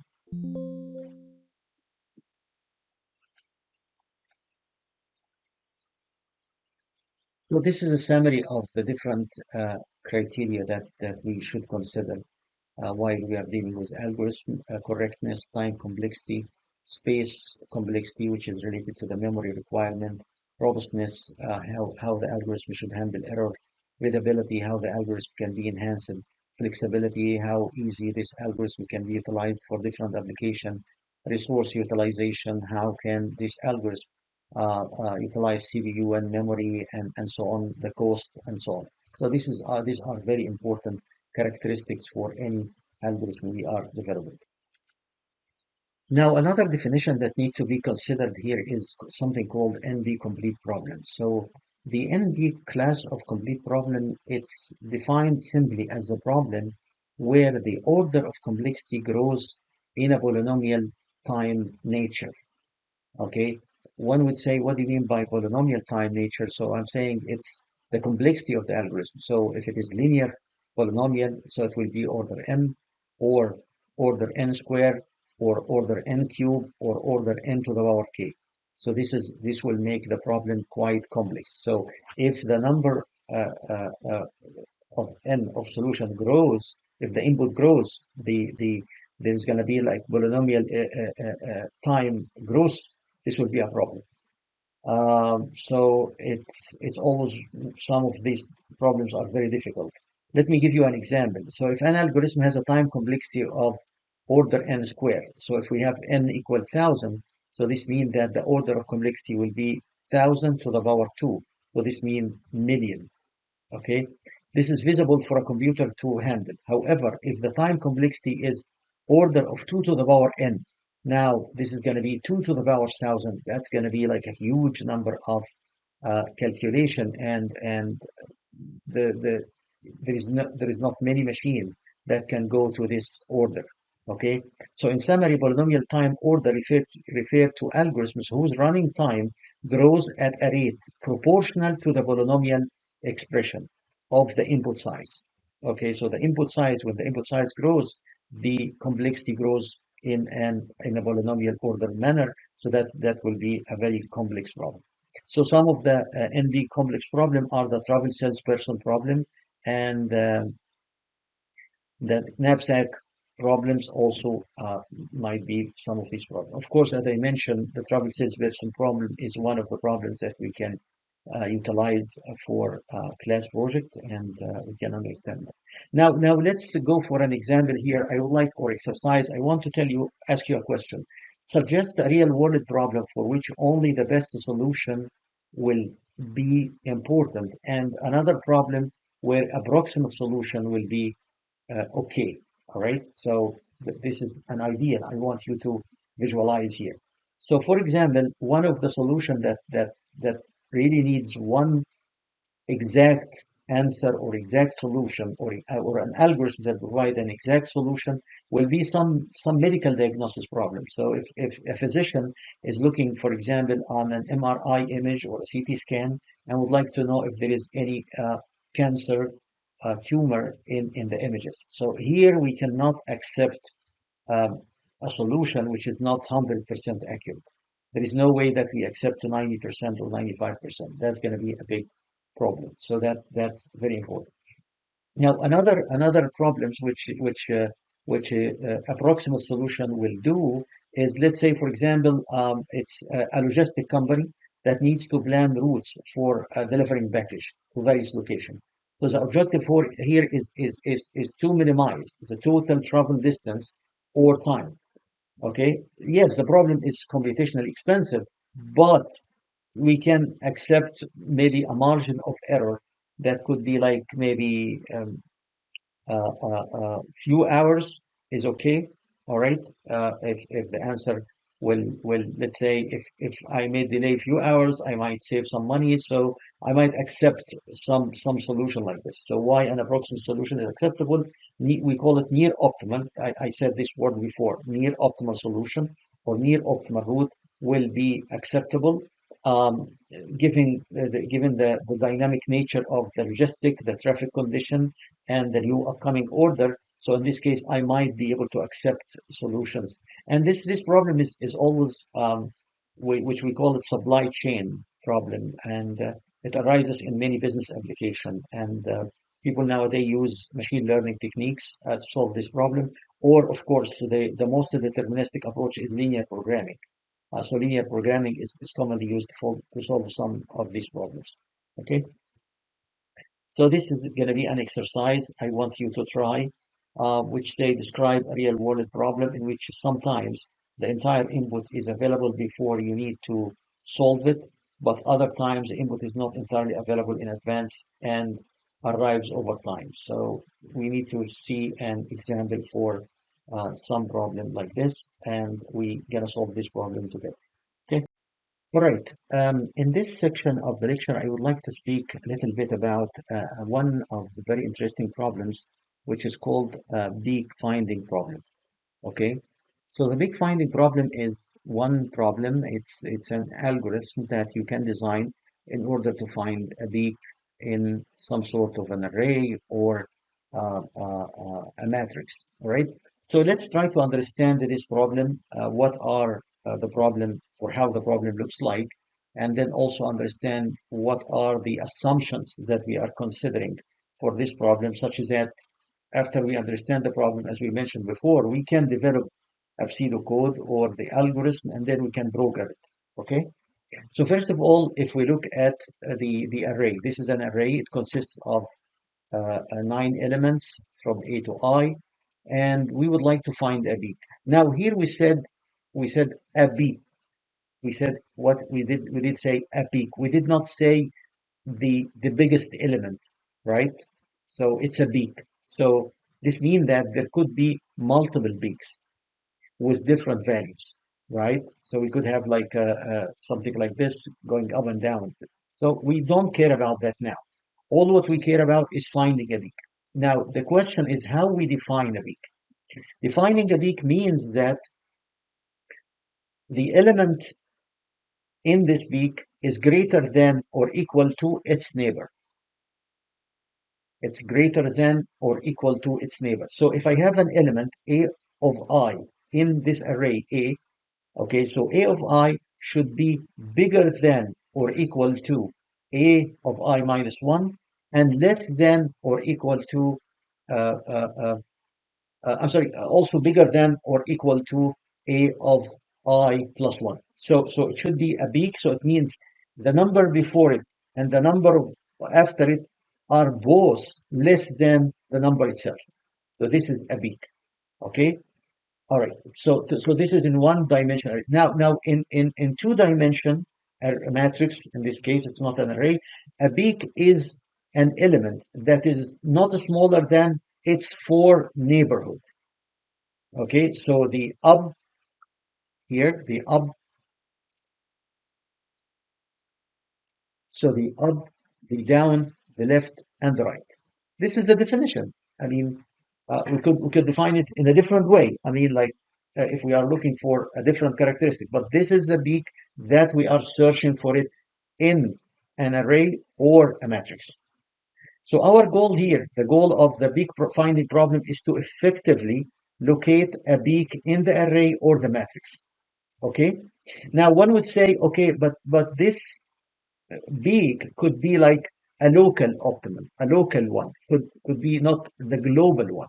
Now the global means it's if I have an array, so the largest element in the array, we can call it the highest peak.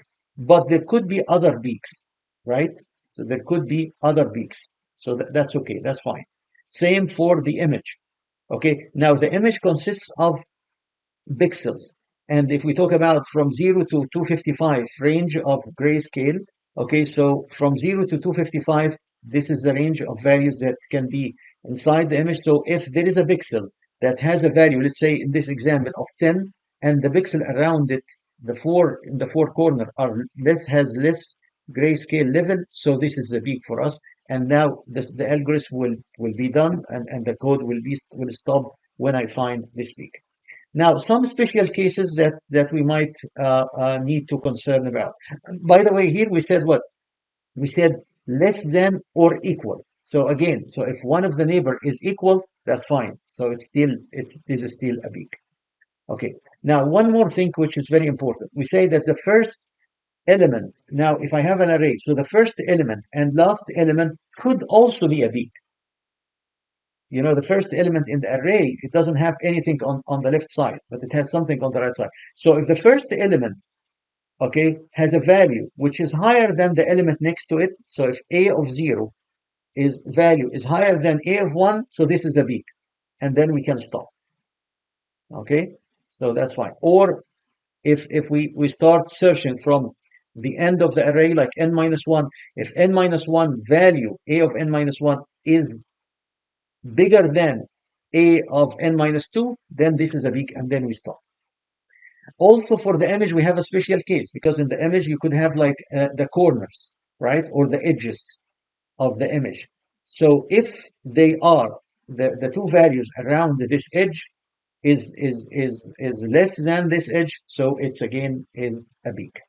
Of course, if all the elements in the array are the same, or all elements in the 2D image is the same, so this is a trivial big case study. Okay, now let's look at this example.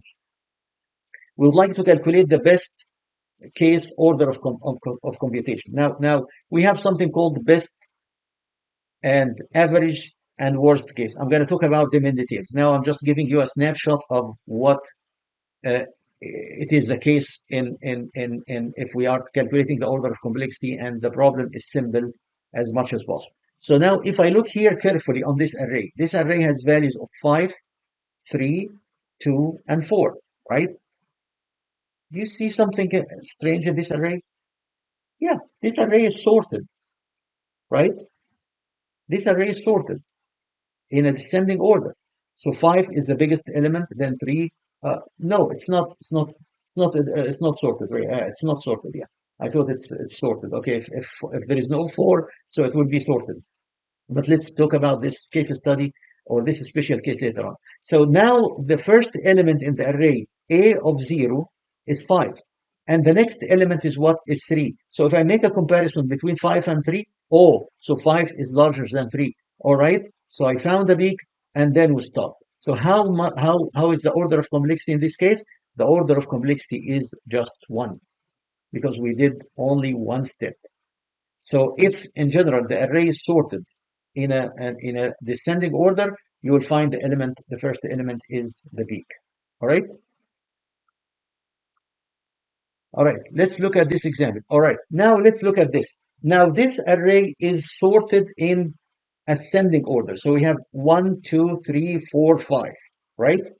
So now in order to find the peak, I will consider the first element 1, compare it with 2, right? Then compare 2 with 3, then compare 3 with 4, then compare 4 with 5. So in this case, I'm going to check what? I'm going to check every single element here in the array. So this means that I have n number of calculation. So the order of, or the time complexity here, or the order of complexity will be order n. So this is called the worst case computational order.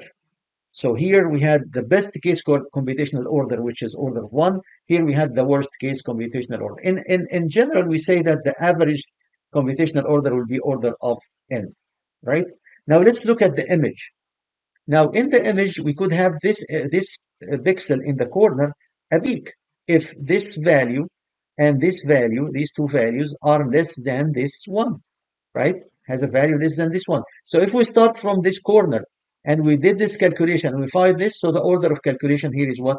Is again order of one, right? But if we reach till this point until we find the peak, this means what? The order of calculation will be much larger because it will depend on the size of the matrix. If this matrix has a size of mn, so in this case we will have order of m times n computation. If this matrix is n times n, so it will be order of n squared. Okay? So this is a worst case scenario, as I was saying. So it means I'm going to search for the whole image until I find these points. So, so we say that the following. Right now here we say that this is the algorithm must examine every matrix element before finding a peak. So the computation in this case will be, and since this matrix is m times n, the algorithm might have to check all elements resulting in an order of computation, which is m times n. So this is the maximum possible order of computation, which is you search every single element in the matrix. So that will lead to order of n times n. Now let's just scratch on divide and conquer algorithm. This is what I'm going to tell you is divide and conquer. Let's say we go to the middle point of this image. Let's say this is the middle point, and we check the elements on the top, elements on the right, elements on the left, elements on here. And if we find that this element is not the best element, I mean like the big element. Let's say this point will become the big element. Okay, so I'm gonna ignore this corner. I'm gonna ignore this corner. I'm gonna ignore this corner. I'm gonna work with this corner. So this one, and then I will start to check here, here, here, and here.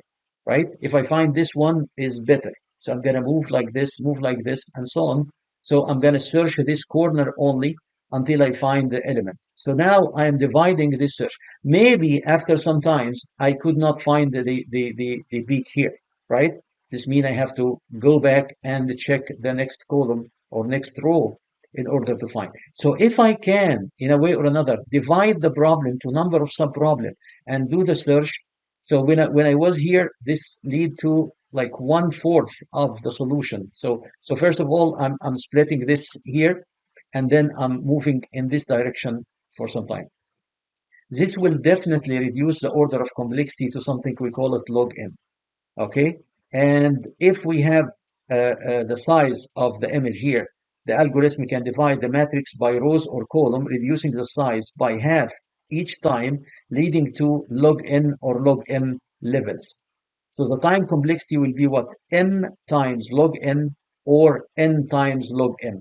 If m and n are equal, so the order will be n log n. Of course, I'm going to show you how we do the division in the part related to order of complexity calculation. But for now, this is going to be the reduction in the computational if we split or if we divide the area of search that we are working on.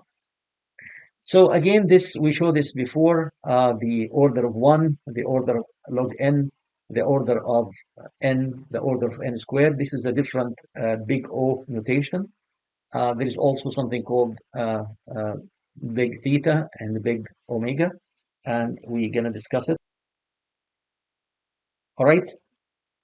All right. So let's go through this algorithm step by step, which explain the idea of divide and conquer. So the algorithms say that we start by finding the middle element of the array. And finding the middle element can be calculated by dividing the matrix n divided by 2. That will give me the points of mid element. If this is an array. Okay, so we are talking about the array now. Okay, so we will look at the array and we know what is the mid element. And then after that we check. Okay, compare the mid elements to its neighbor. So we say if array mid is, let's say this array n is equal to 5, then the middle element will be 3. So I will compare a of 3 with a of 2 and a of 3 with A of 4. If we find the mid element bigger than both of them, then we will return the mid element and done. Okay?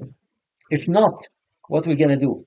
We're gonna if the element on the left, so this element is what? Array of 3 minus 2 is 2 is greater than the mid element. So what's gonna happen? I will start search on the left side of the array. Okay? Then a peak must exist in the left half of the array. Recursively apply the algorithm to the left subarray. Okay, so let's say I found at A of 3 that this element is less than A of 2. So I'm going to move to A of 2. Now I know that A of 3 is less than A of 2. Now I need to check what? I need to check A of 2 with A of 1. Okay, so if I find it, then it means I found the peak element on the left side. So this will save us what? It will save us searching like half of the array. Okay, so this will save searching half of the array. So I'm dividing now, and then I'm compare. But if it is not true, then I will search on the right side of the array and recursively. So the process continue until the peak is found. Since each step reduces the size of the array by half, the number of steps required in this case will be an algorithmic one or a logarithmic one. So the order of complexity will be order of log n, because you start by dividing n divided by 2, then n divided by 4, then n divided by 8. You see that? 2, 4, 8. So why logarithmic? Because if you did, let's say, after step 3, so when you divide n by 8, you find the solution. So what is the value of 8? 8 equals 2 to the power 3, right? So this is the nature of the log idea. So log 8 will be 2 to the power 3. So if you take the 3 out, then this will be log 2 to log 2 to the base 2. This will be 1, so you have 3. Okay, so this is a logarithmic nature of the process. Now here I'm explaining this idea in more details, in a more mathematical form. So suppose you have a problem of size n0, all right? If you divide the problem by 2 at each step, you are effectively reducing the size of the problem exponentially. Okay? And why exponential? Because we're going to see that it's the reverse of the logarithmic type. So initial problem size is n0. Size reduction is what? So n of k, so that the size of the problem at iteration k equals to what? n0 divided by 2 to the power k. Why is that? So look at this. If at the first step, if k equal 1, so n of 1, the size of the problem after the first iteration equal what? n0 divided by 2, which is correct. We say n0 divided by 2 or n divided by 2. And then at the second step, nk, when k equal 2, so this will be n0 divided by 2 to the power 2, which is divided by 4. And at k equal 3, n of 3 will equal n0 divided by 2 to the power 3. That's what I'm talking about. 2 to the power 3 is 8. So I am reducing the size of the problem every time by 2 to the power. 1, 2 to the power 2, to the power 3, and so on. So reaching a base case, this is very important when I talk about a base case. The process continues until the problem size is reduced to a base case. Example 1 of size 1. Okay, until we reach this division lead to that the size of the problem become 1. So n divided by 2 to the power k become 1. So n0 divided by 2 to the power k equals to 1. This means that 2 to the power k, if I multiply both sides, so 2 to the power k will equal to n0. Taking the log for both sides, so taking the log here, it will be k log 2 to the power 2 to log 2 to the power 2 to the base 2. This will be 1. So k will be log to the n0. Okay, so the problem size here will be log n or log n0. That's the idea of the division by 2, 4, 8, and so on. All right. So I'm showing here again this simple idea. You can check this one. So if n equal 8, so we divided by 2 successively. So 8, 4, 2, 1. So taking 3 steps. So log 8 will equal to 3, and if it is 32, so it will be 5. So that's again another proof of the divide and conquer idea. So as a summary for our calculation here, so if we have one dimension problem and we would like to solve the peak finding problem, so the time considered for this case is order of n, okay, the average case, okay, or the worst case scenario. But if we do the divide and conquer, we could get down to order of log n. All right. If we talk about a two-dimensional problem and we'd like to get the peak, to find the peak, then the order of calculation in the worst case will be order of m times n, right? And in the best case scenario, it could be order of m log n or n log m, or in general n log n, okay? Assuming that n and m are equal. So that's the basic calculation for this problem. All right, so now this is a summarization of what we talked about. And now we will move to the Colab to see how we do the coding for this type of problem. Okay, so I'm going to go here to Colab, Google Colab. All right, so I think I have before the Colab, yes, I have here the linear scan for calculating. This is a block diagram or flow chart for designing the code to do linear scan for the one-dimension array.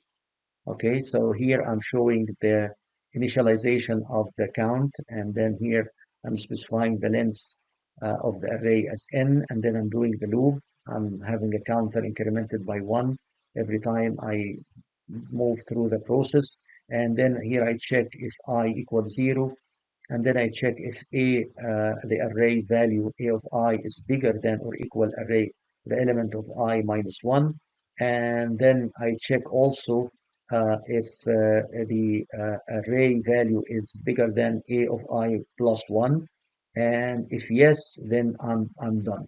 Okay, here I'm doing the divide and conquer. All right, so let me show you the code in Colab so we can implement it step by step. I will try to explain it simply to show you how it works. So this is the linear scan or linear search. So simply here I'm defining the function find peak in a linear format, and I'm defining the linear count as 0. So I tried in this code to show the number of calculation when we do a linear search, like searching every single element in the array, and also when I do the divide and conquer to see how the use of divide and conquer can reduce the complexity of the search or can reduce the number of iteration. Okay, so here I see that for I equal to 0, or for I is in the range of n, so the array. Here I'm incrementing the counter just in case. And then here I'm checking if I equals to 0 or array of I is bigger than array of I minus 1, all right? And when I equal n minus 1, okay? Here, by the way, this is when I equals 0, or I equals 0 means what? Means the first element in the array. If the first element in the array or the array I, whatever I is, okay, is bigger than the left element, and the I, when I equal n minus 1, and array I is bigger than AI plus 1, then I will return the array. This means I found the peak. All right. Now for the divide and conquer, we're gonna do some more work here because we need first to select the mid element. The mid element will be what? The low and the high. So here I'm passing the array, I'm passing the low value, I'm passing the high value. Okay. So we're gonna do the divide and conquer. So I'm gonna get the middle element, and then I'm gonna increment the counter by 1 because I'm stepping now to count the comparison, the number of comparison I'm doing, and n is the number of represents the length of the array. Now I'm saying if the mid element equal to 0, Now I'm talking about the mid element, not the first element. The mid element is equal to, or the mid element is bigger than or equal the mid element minus 1, and the mid element n minus 1 is, or the mid element bigger than the mid element plus 1, so the one before and the one after, then I will immediately return the mid element. All right? Now, else if the mid element is bigger than 0, okay, and the mid element, okay, on the left is bigger than the mid element. This means what? I'm going to search, in this case, the left part of the array. I'm going to search the left part of the array. And then we will return the array low mid element. So now I'm going to work with the low and the mid element minus 1. Else, I'm going to go to the helper. This is the code for the helper. I'm going to do the array, the mid element plus 1 and the high. So I'm going to search on the right side of the array. All right. So these are the two ideas, the linear search and the divide and conquer. And here I'm going to test this criteria. I'm going to define an array which has this value, array 1, array 2, array 3. And then we would like to find the peak and counting the calculation. So I'm going to say find peak for array A1, and then I will get peak linear 1. And then I'm going to find peak divide and conquer. Again, here I'm passing the array and the start point, which is 0, and the length, which is array length minus 1, so n minus 1. And I'm going to see the output in this case. I'm going to do this for array 1, array 2, and array 3. Right? So if I run this, let's say run all.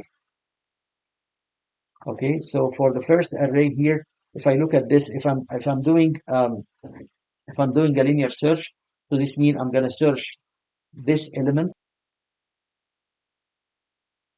So this element, so I'm gonna compare 1 to 3. Okay, comparing 1 to 3. Is 1 bigger than 3? No. Then I'm gonna move to the next element 3. Okay, is 3, I know that now 3 is bigger than 1, but is 3 bigger than 20? No. Okay, so I'm gonna move to 20. Okay, this is gonna be my third comparison. So 20 is bigger than 3. I know that. Is 20 bigger than 4? Yes. Now I found the big element, right? Now I found the big element, which is 20, after 3 iterations. Now, if I use divide and conquer, the first step I'm gonna do is I'm gonna divide the 5 by 2 and get the middle element. So it will be 20.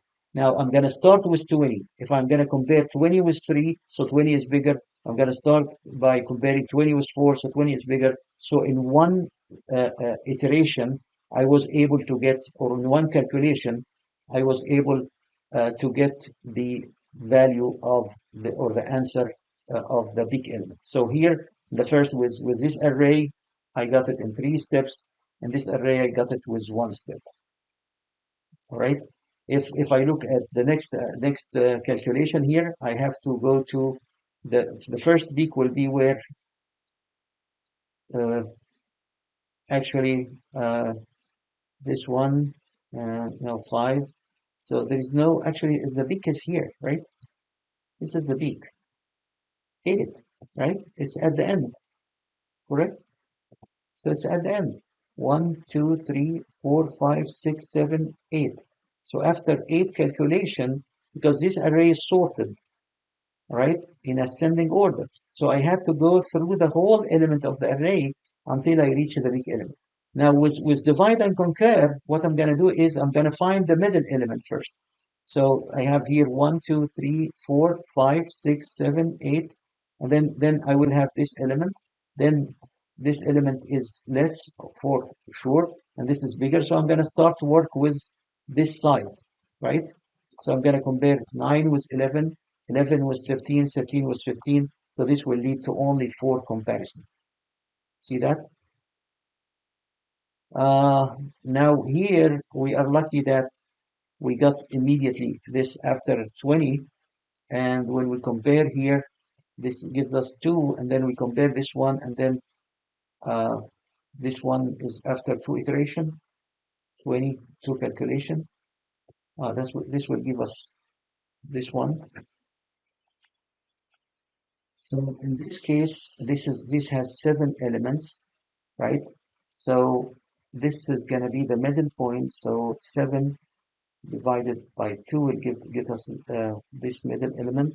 Actually, this middle element is going to be 3 here. So the floor division here, 7 by 2 will give us 3. So we'll come here, right? And then we will compare. This one is bigger and this one is smaller. So I will go to this side and now this is bigger and this is smaller. So it's 2 iteration only. So I'm working with the left side in this case, right? Okay. So that's the linear search and the divide and conquer search for the big finding problem. So I want you now to try to implement this code and maybe select a different array size or a different array elements and then run it and see what will be the outcome of this search. All right.